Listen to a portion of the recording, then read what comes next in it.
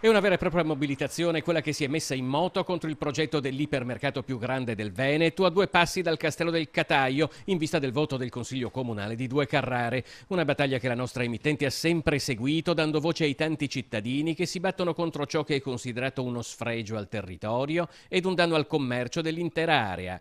Se in queste ore si moltiplicano le prese di posizione delle associazioni di categoria, che ribadiscono un forte no al progetto, e della politica, dal neosenatore leghista Andrea Ostellari ai parlamentari 5 Stelle Endrizzi e Raduzzi, è partita la richiesta al sindaco Davide Moro di un rinvio del Consiglio Comunale, l'iniziativa più grande sarà proprio in contemporanea alla seduta del Consiglio Comunale di fronte al municipio. Consiglio Comunale, intercomunale, nel quale sono invitate tutte le realtà associative, gli amministratori del territorio, le associazioni di categoria.